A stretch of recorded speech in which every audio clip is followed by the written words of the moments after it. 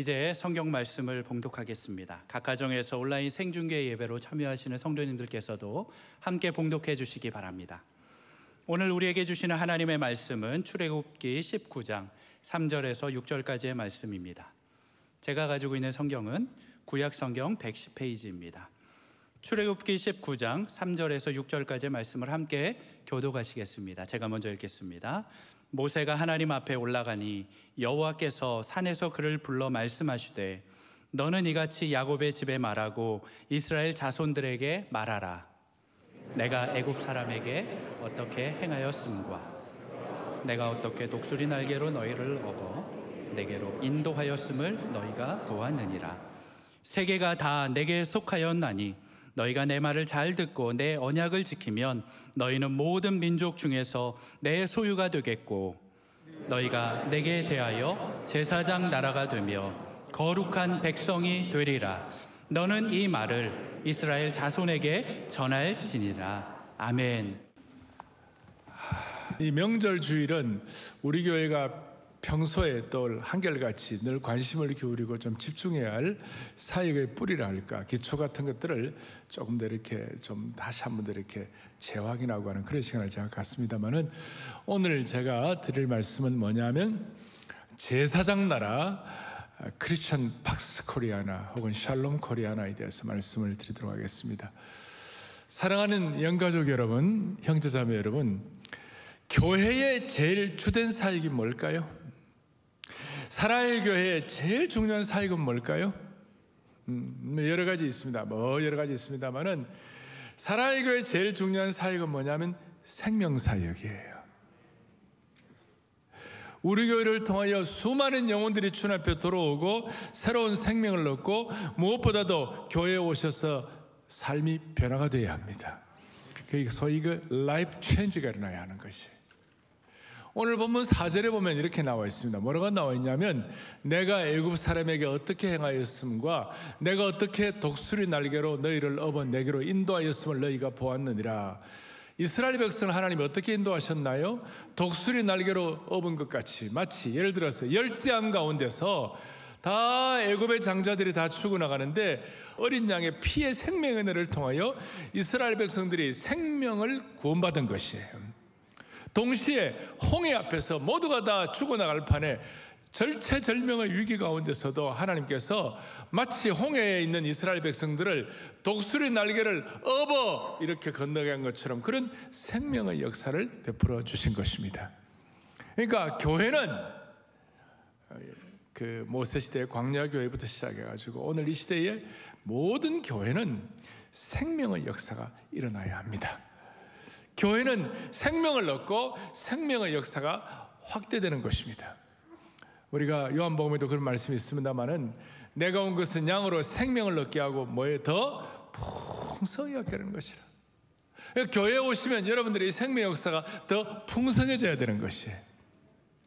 이 생명은 두 종류의 생명이 있습니다. 하나는 뭐냐면 영원한 생명, 신비한 생명, 풍성한 생명이라는 소위 생명은 뭐냐면 헬라어로 조에, 그렇게 조에, 이건 풍성한 생명, 영원한 생명을 말하는 거고, 또 하나 똑같은 우리 한국말로는 생명이라고 똑같이 쓰여져 있는데 이 생명은 비오스라 그래가지고, 이 비오스는 뭐냐면 육신의 유한한 생명, 물리적인 생명, 죽을 수밖에 없는 우리 육신을 가진 생명. 제가 말씀드린 이 생명은 우리는 어차피 다 죽게 되어 있습니다만은 하나님께서 우리에게 은혜를 주셔갖고 어린 양의 피에 근거한 능력을 받아서 이스라엘 백성들이 출애굽을 하고 홍해를 걷는 것과 같이 교회 생활을 통해 하나님이 우리에게 신비한 생명의 역사를 주신 줄로 확신합니다. 창세기부터 요한계시록까지 쭉 이어서 보면 무슨 일이 일어납니까? 창세기 1장에 보면 너희는 생육하고 번성하고 충만하라 그랬어요. 그것은 우리가 이 생명의 확장 이런 것도 다 포함되어 있지만 영원한 생명의 신비도 거기에 다 포함되어 있는 것이에요. 그리고 주님께서는 이 땅에 오셔가지고 제2의 아담 대신 예수님이 이 땅에 오셔가지고 무슨 일을 하셨습니까? 요한복음 3장 16절에 누구든지 주님을 믿는 자는 아무도 멸망치 않고 영생을 얻으리라. 맞습니까? 그 영생이 뭐예요? 영원한 생명을 얻으리라. 이게 조예예요. 조예. 영원한 생명을 얻으리라. 신비한 생명, 풍성한 생명을 얻으리라. 그리고 이 생명에 관해서 주님이 말씀하시기를 이 생명에 관해서는 우리가 눈으로 보고 손으로 보고 주목하고 만진 바가 될 정도로 확실하다. 베드로를 제자로 부르실 때 너 적당히 고기 잡는 인생 살지 말고 사람 낚는 어부가 되라. 죽어가는 생명을 구원하는 생명의 역사를 일으키라. 할렐루야. 그래서 교회가 이 땅에 존재하는 이유는 생명사역이고, 교회 모든 프로그램들이 있습니다만은 그 모든 프로그램들이 결국은 영혼을 얻고 구원하는 것이 제일 소중하다는 것이에요. 사랑의 교회 모든 사역에 생명의 능력과 역사가 있기를 바랍니다. 여러분, 교회는 생명사역 하는 곳입니다. 생명의 역사가 일어나야 하는 것입니다. 이거는 너무나 신비한 것입니다. 이건 천사들도 잘 이해할 수 없는 아주 신비한 것입니다. 그래서 에베소서 3장 10절에 보면 뭐라고 말씀하고 있느냐, 바울이 깨달은 진리에 같이 우리 또박또박 합독하겠습니다. 이는 이제 교회로 말미암아 하늘에 있는 통치자들과 권세들에게 하나님의 각종 지혜를 알게 하려 하심이니. 아멘. 교회는 너무 신비한 것이에요. 하나님의 교회로 말미암아 하나님의 각종 지혜를 깨닫게 하는 것이 하나님의 교회가 되는 것이에요.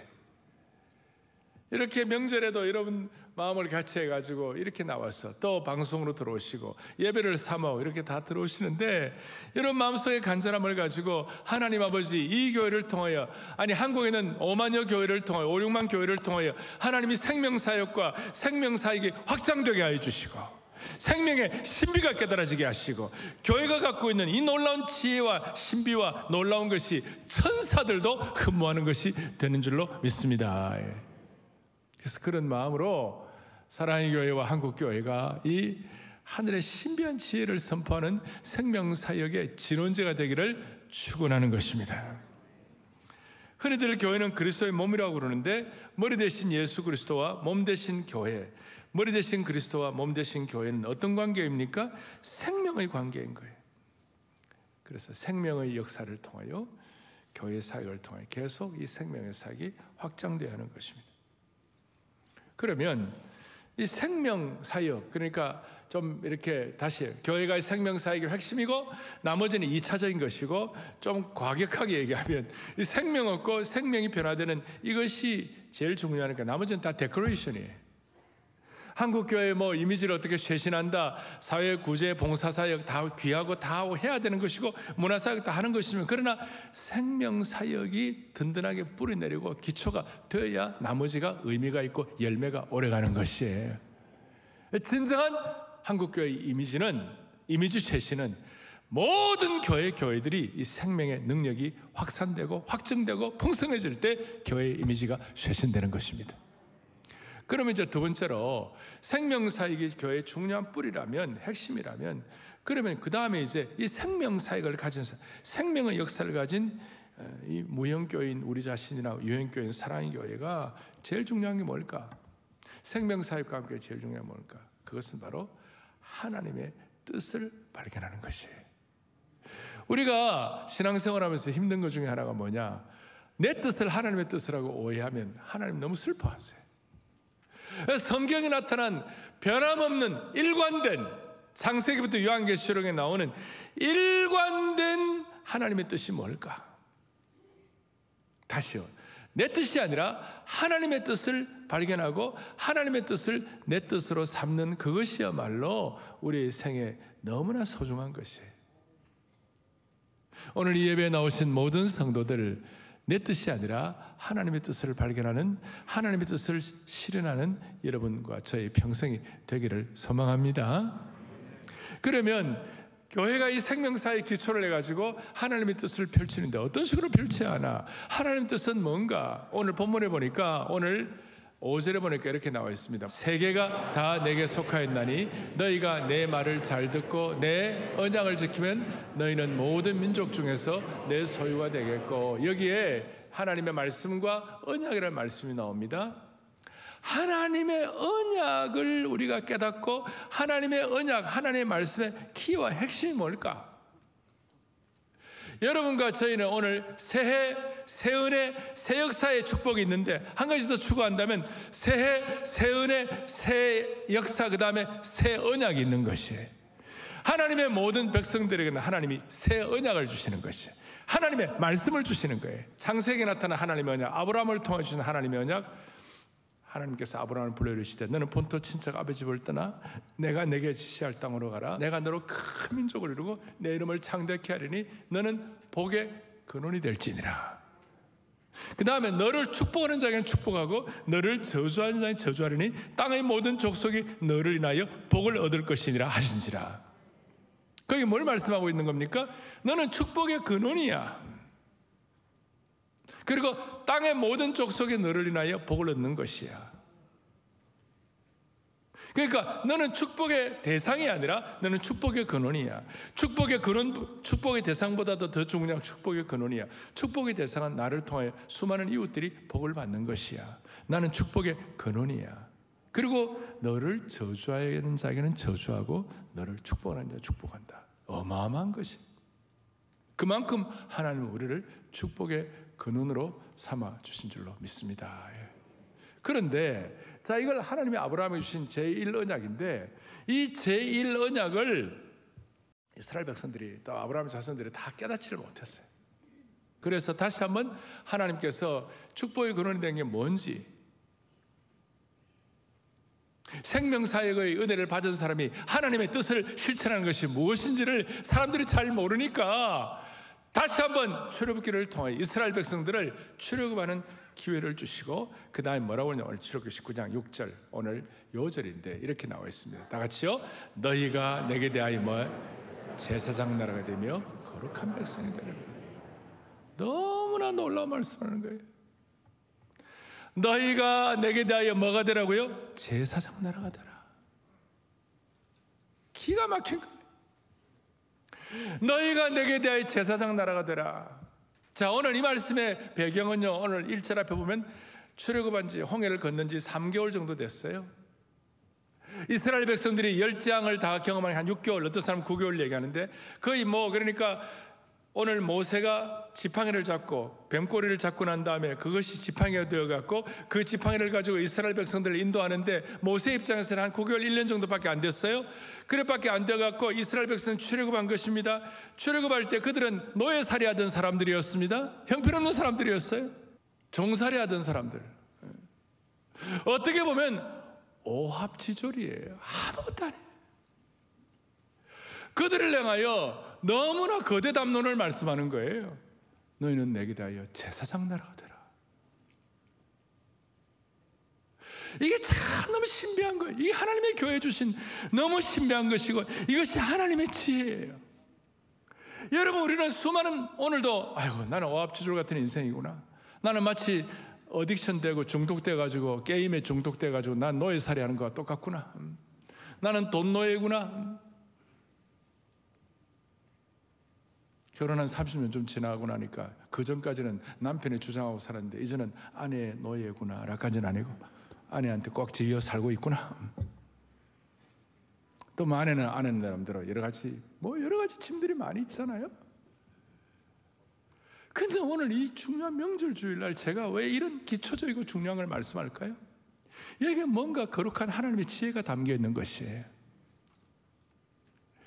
종살이한 지 노예 생활에 익숙한 사람들, 이제 겨우 풀려난 사람들, 마치 오합지졸과 같은 그런 사람들을 앞에 놓고 하나님 뭐라고 말씀하셨는가?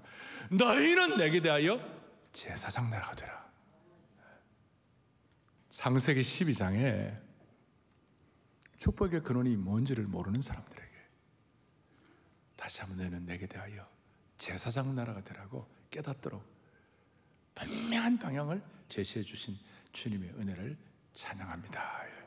왜냐하면 제사장은 여러분 누굴 위해 삽니까? 제사장은 자기 배를 두드리고 사는 사람이 제사장이 아니에요.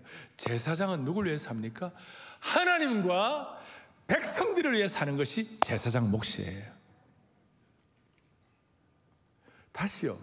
종살이에 익숙한 사람들, 오합지졸 같은 사람들, 겨우겨우 이제 어린 양의 피를 인하여 생명의 역사를 경험한 사람들, 기적과 같은 은혜로 홍해를 건넌 사람들에게 주님 뭐라고 말씀하시는가? 창세기 12장에 제1 언약을 주셨던 그 하나님께서 주님께 제2 언약을 통하여 다시 한번 확증시켜 주시는 거예요. 회복을 넘어 부흥으로 가기를 원하는 우리의 마음의 소원이 있다면 오늘 이 말씀이 여러분들의 기도의 제목이 되기를 바라는 것이, 이 제사장 나라라는 것은 어떤 뜻입니까? 이것은 세상 제국이 아니에요. 오늘날 이 세상은 제국을 세우기를 원합니다. 제국은 자기 나라, 자기 민족만을 위해 사는 나라입니다.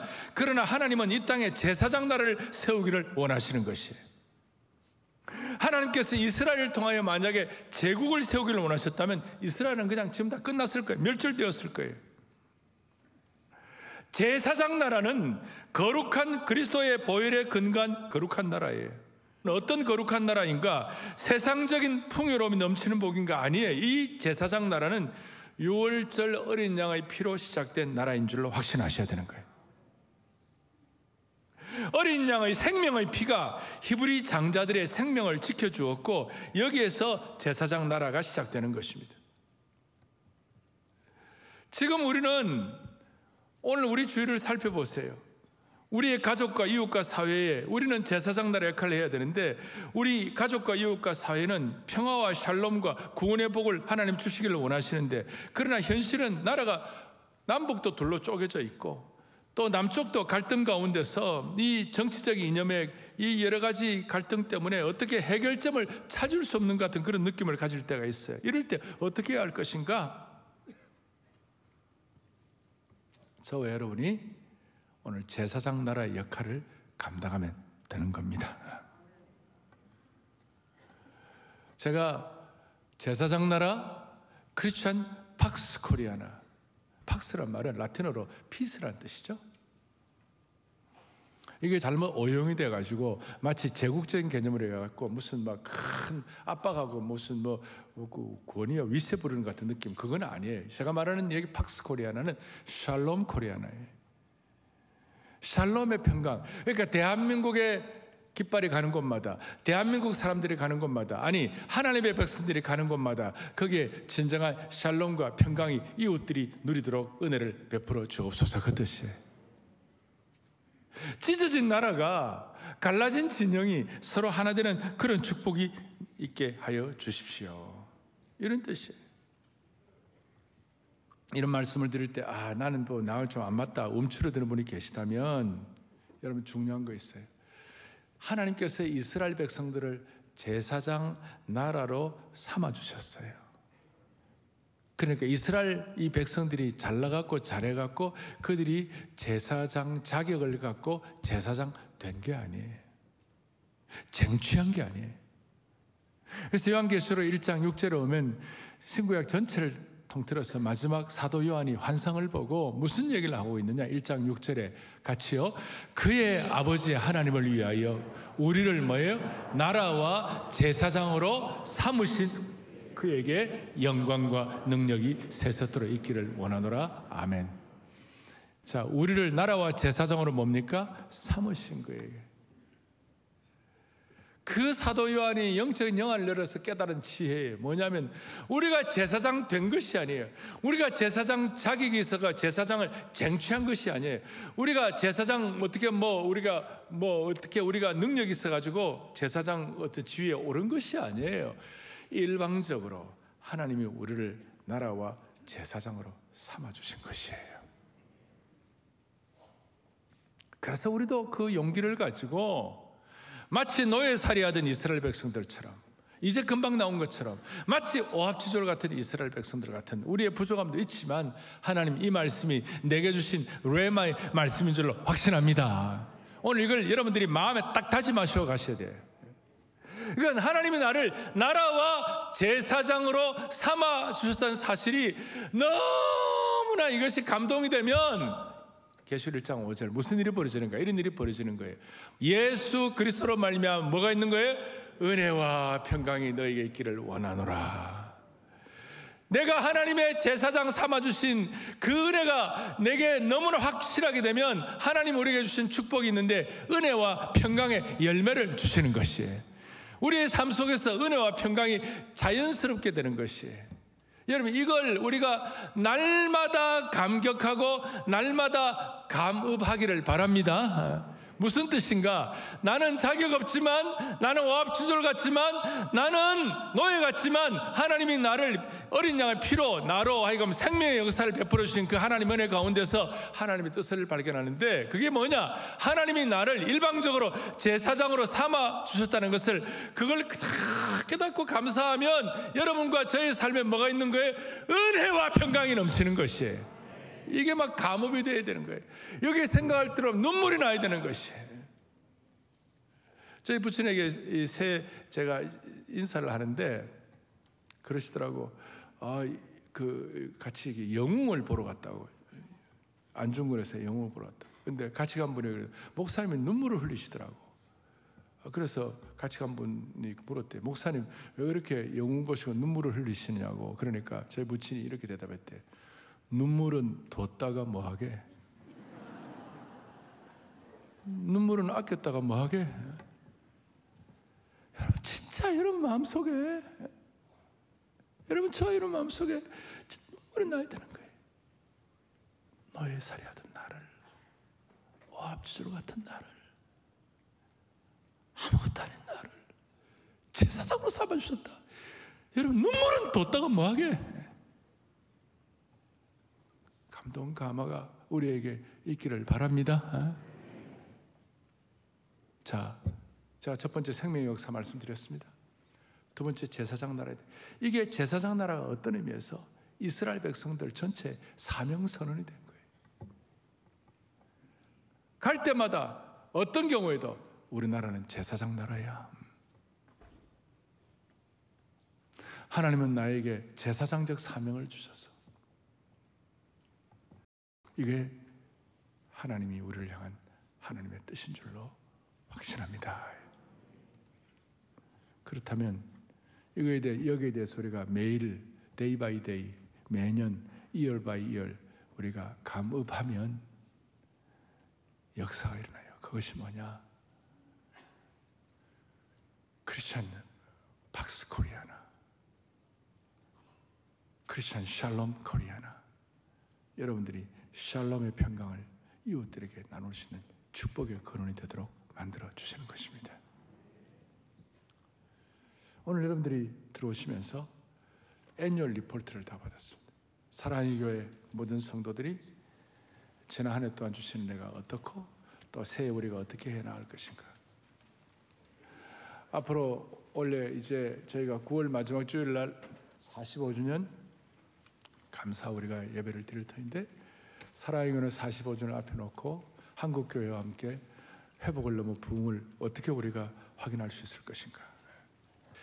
약 한 달 전에 제가 미국 워싱턴 DC와 뉴욕을 좀 잠깐 다녀왔습니다. 제가 워싱턴 DC는 수십 번 이상 가보았고 뉴욕도 아마 15번 이상 제가 갔을 겁니다.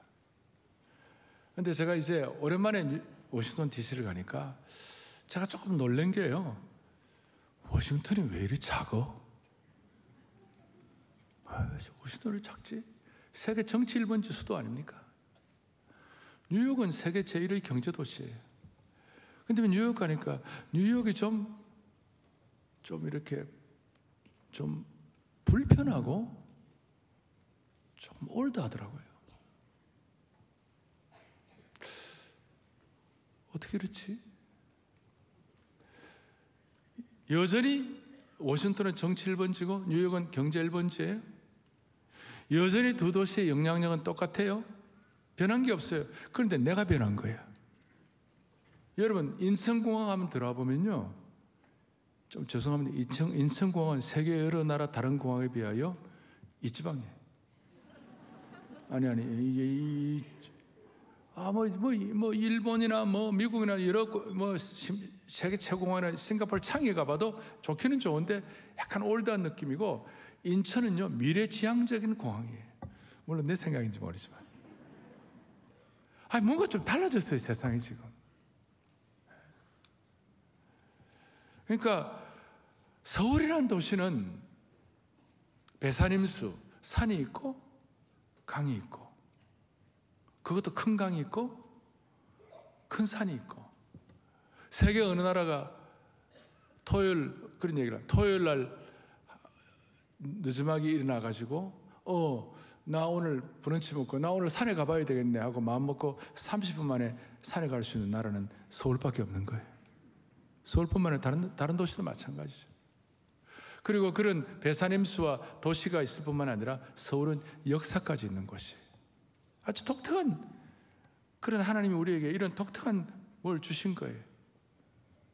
그래서 지금 뭐 폴란드라든지 UAE라든지 사우디아라비아 이런 데서 막 몇십 조씩 그냥 한국에 투자하고 방산, 그다음 원전, IT 데 막 투자를 하잖아요.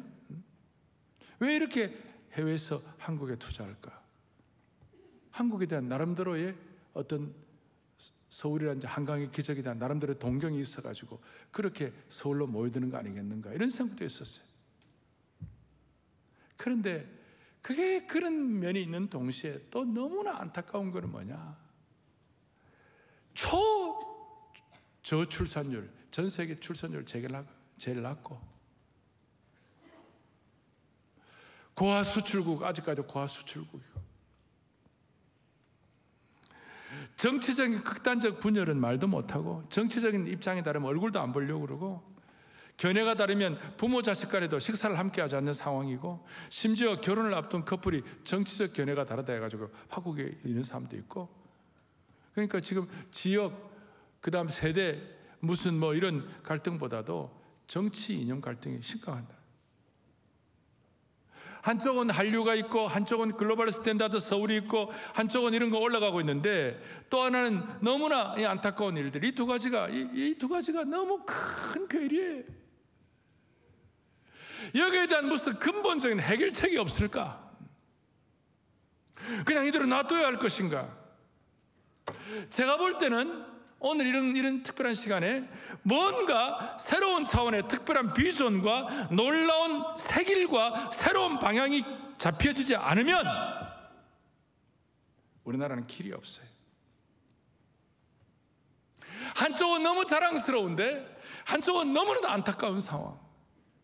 그래서 여기에 뭔가가 새로운 길, 새로운 방향을 하나님이 주셔야만 되는 것이에요. 아니, 우리가 말씀 속에서 그걸 확고하게 우리 것으로 삼고 그 방향을 잡고 집중을 해 나가야 되는 것이에요. 그러려면 그 영적인 새로운 길에 대해서 눈이 열리려면 우리 민족의 역사를 생각해 봐야 되는 것이에요. 우리 민족은 조선시대 말기 비참했어요. 관료들의 그 관료주의의 득세가 말도 못했어요. 그리고 그 한일 극약 쪽에 갈 때도 그것도 사실은 그 관료들의 보신주의로 있잖아요. 80% 관료들 자기들 보호하려고 있잖아요. 일반 백성들은 눈에 안중도 없고, 또 일본은 우리를 식민지로 침탈하고, 그 사이에 무슨 길이 있습니까? 국가의 지도자는 엉망진창이고, 일본은 식민지 정책으로 수탈하고, 길이 없는 거예요. 근데 하나님께서 이 민족에게 생명의 복음의 역사를 주심으로 말미암아 학교를 짓고 중고등학교를 짓고 새로운 기독교 민족 사학들을 짓고 병원을 짓고 이렇게 해가지고 이 민족에게 복음으로 유일한 길을 열어주신 주님을 찬양합니다. 이거는 하나님께서 우리에게 제사장 나라가 되게 하시려고, 그야말로 역사적인 오합지졸들, 역사적인 노예살이 하던 사람들에게 하나님께서 이스라엘 민족들처럼 제사장 나라가 되게 하려고 하나님께서 길을 열어주신 것입니다. 그래야 오늘날 우리가 좋은 면에 있어서 인천공항을 제가 말씀드렸고, 서울을 말씀드렸고, 한국의 어떤 약진을 말씀드린 것처럼 어떻게 보면 적은 의미의 팩스코리아나가 이루어지게 된 것이에요. 그래서 앞으로 팩스코리아나, 이 팩스란 말에 약간 그 진보 지식인들은 좀 거부감이 있는 분들은 샬롬 코리아나라도 상관이 없어요. 이 팩스코리아나, 샬롬 코리아나는 코리아에 의한 평화와 질서의 새 시대를 의미하는 거예요. 야, 이거 좀 과한 거 아닌가? 그럴지도 모르는데 아니에요. 과한 거 아니에요. 아시아 나라를 살펴보세요. 여러분, 중국은 지금 저들어가면 중국은 희망이 없어요. 공산주의 나라는 희망이 없어요. 일본은 겉으로 선진국이지만 한국 신민, 아직까지 그 신민의 그 신민이 한국 신민. 인도는 강고한 계급제도, 카스제도. 그러니까 이 아시아의, 이 동아시아의 유일한 희망이 뭐냐면 대한민국이에요. 본래 성경이 들어와서 번역될 때에 한자, 일본말, 한국말에 자유라는 개념을 가지고 이 자유라는 말을 번역할 말이 없었어요. 자유라는 개념이 없었으니까 수천 년 봉건 사회에서 중국도, 한국도, 일본도 자유라는 진짜 이 성경적 개념이 없는 거예요. 그런데 성경이 들어왔고 진리가 너희를 자유케 하리라. 그 자유라는 개념이 들어왔고 우리나라가 대한민국은 자유민주주의 공화국이다 이거예요. 이것이 근간이 되어갖고 오늘 이만큼이라도 이 명절에 안아주심의 본당에서 하나님께 예배드리는 축복을 받게 하신 주님을 찬양하는 것입니다. 그래서 오늘 우리가 이런 역사의 은혜를 가지고 우리만 잘 사는 것이 아니라 우리를 통하여 동아시아가, 아시아가 다시 한번 샬롬의 평화를 누릴 수 있는 축복을 주시기를 바라는 것이에요. 제가 이사야 19장을 읽다가 깜짝 놀랐어요. 이사야 19장 24절 25절 이런 말씀이 있어요.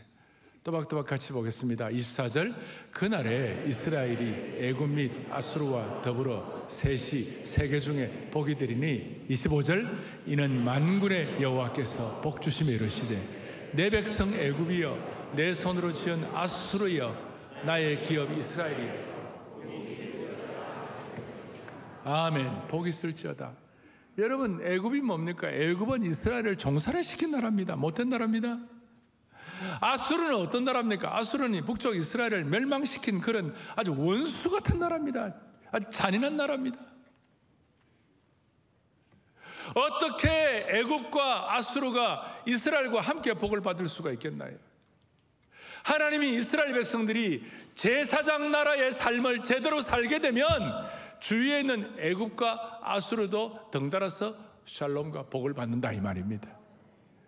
중국은 우리를 수많은 시대 가운데서 우리를 괴롭힌 나라고, 일본도 우리를 괴롭힌 나라고 다 있지만 우리가 잘하면 중국도 복을 받고 일본도 복을 받는 것이에요. 세계 선교 마무리는 중국 사람들이 떼거리로 선교사로 나가야 세계 선교가 마무리가 됩니다. 중국 교회가 새로워지려면 우리가 잘하면 되는 것입니다. 중국 교회가 부흥을 가져올 수 있도록 우리가 축복의 근원이 되어야만 하는 것입니다. 어떻게 이런 일이 있을 수가 있나요? 아수르 같은 일본, 이집트와 같은 중국, 이스라엘 같은 한국이 같이 축복을 받아가지고 다 잘 될 수 있는 크리스천 박스 코리아나의 길이 열리기를 바라는 것입니다. 제가 말하는 이 박스 코리아나는 어린 양의 피에 세워진 나라입니다. 이 제사장 나라는 어린 양의 피에 의하여 세워진 거룩한 나라입니다. 원래 45주년에 6월 3일 날 빌리그람 집회 50주년을 기념해가지고 다시 한번 이 나라가 오게 하여 주십시오. 원래 9월 25일 날 9.25 한국교회 성김날에는 이 모든 은혜가 다 교회마다 이 사명을 확증하고 세상을 바꿀 수 있게 하여 주십시오. 이제 구체적으로 우리 개인적으로 오늘 명절에 개인적으로 적용하십시다. 이 말씀이 나와 어떤 연관이 있습니까? 나는 이 말씀을 어떻게 내 것으로 받아들여야 합니까? 첫째 적용은 여러분들이 과거 현재형을 누려야 합니다. 과거의 은혜가 현재화된다는 것입니다. 우리 모두가 다 제사장 나라의 사명을 감당하기 위하여 첫째 우리 할 일은 과거의 은혜가 우리의 것으로 접목되게 하여 주십시오. 과거 현장입니다. 과거의 은혜가 현재화되는 것, 이것이야말로 회복을 넘어 부흥으로 가는 중요한 길이 될 수가 있습니다. 과거의 이스라엘 백성이 받은 축복을 우리가 받는 것입니다. 인생의 진퇴양난 홍해를 건너간 것처럼 우리도 건너게 하시고, 광야 생활에서 받은 축복을 오늘도 우리가 받게 하시고, 그 이유는 5절에 세계가 다 내게 속했다고 했어요. 하나님께 속한 이 세계는 하나님의 백성인 우리 모두에게 다 속한 것이에요. 과거의 은혜가 현재화 되게 하여 주시옵소서. 여기에 우리의 마음이 집중하면 하나님이 베풀 만한 자비를 베풀어 주시는 것입니다. 두 번째로는 여러분 사명 선언문을 개인적으로 쓰는 것이, 제가 출애굽기 19장 6절은 이스라엘 민족의 사명 선언이라고 그랬어요. 오늘날은 많은 젊은이들이 요즘 하도 뭐 보는 것도 많아가지고 개인적으로 사명 선언을 쓴다, 비전 스테이트먼트를 만든다, 이런 걸 잘 안 해요. 저희들 시대 때는 하나님이 내주신 사명이 뭘까 그 써보고 그걸 미션 스테이트먼트로 사명선언, 비전선언, 전략도 만들고 이렇게 해보았어요. 오늘 이 말씀이 여러분 것으로 접목이 돼가지고 여러분의 것으로 사명선언을 마음에 쓰면 하나님이 길을 열어주실 것이에요. 첫 번째 뭐예요? 과거 현재형, 과거의 은혜가 오늘 우리의 것으로 확인되게 도와주십시오. 이스라엘 백성들이 가졌던 그 은혜가 과거 현재형이 되게 하여 주십시오. 두 번째로는 우리가 확인하게, 특별히 젊은이들, 마음이 젊은 어른들 다 마음을 같이 해서 내게 주신 하나님의 사명이 뭔가, 제사장 나라가 된다는 것, 이스라엘 민족의 사명 선언인 것처럼 나에게도 그것이 일어나게 하여 주십시오. 마지막 세 번째는 뭔가, 거룩한 공진이 일어나는, 공진이란 말이 제가 이런 용어를 만들어 보았어요. 파동이 일어나는 거예요. 호수에 돌을 던지면 동시머니 파장이 일어나는 것이, 처음엔 아무것도 아닌 것 같은데 하나를 던지면 어느 정도 파장이 일어나고, 두 개가 던지면 더 큰 파장이 일어나고, 여러 개가 던지면 큰 파장들이 일어나는 것이, 나 한 사람의 제사장적 사명의 과거 현재형 사명 선언을 만들어가지고 하나님 앞에 집중하면 이것을 같이 할 때에 이것이 거룩한 파장이 일어나는 것이, 공감대가 일어나고 그 호수가 막 전체가 영향을 끼치고 작은 파문이 점점 커지게 되는 것이, 오늘 우리 온 성도들 한 사람 한 사람이 이런 마음을 가지고 집중할 때에 이 파장이 우리 주위에 그대로 영향을 끼치리라고 확신합니다. 얼마나 파장이 있는가 하면, 저희는 이 회복을 넘은 부흥으로 코로나 되고 1년쯤 뒤에 2년 전쯤 이걸 슬로건을 잡아갖고 우리 계속 기도했어요. 그래서 전국 교회 가보면요, 이 파장이 좀 많이 일어나가지고 회복을 넘어 부흥으로 하는 교회들이 많이 생겼어요. 그리고 제가 깜짝 놀란 건요, 2023년도 교회 목표 그래갖고 여러 교회들이 사람에게는 진심으로, 하나님께는 전심으로, 제가 깜짝 놀랐어요. 이게 파장이에요, 파장. 하나 예를 듭니다만, 여러분들이 제사장 나라에 대한 내 인생의 오합지졸을 갖고 아직까지 노예 근성이 있다 할지라도 이 말씀 받아갖고 과거 현재형 사명선언, 거룩한 공진, 파동을 일으킬 때 우리의 가슴을 뜨겁게 하시고, 움츠린 분들은 가슴을 펴게 하시고, 갈 바를 알지 못하는 젊은이들이 평생을 불태울 수 있는 그런 방향이 잡히게 되리라고 믿습니다.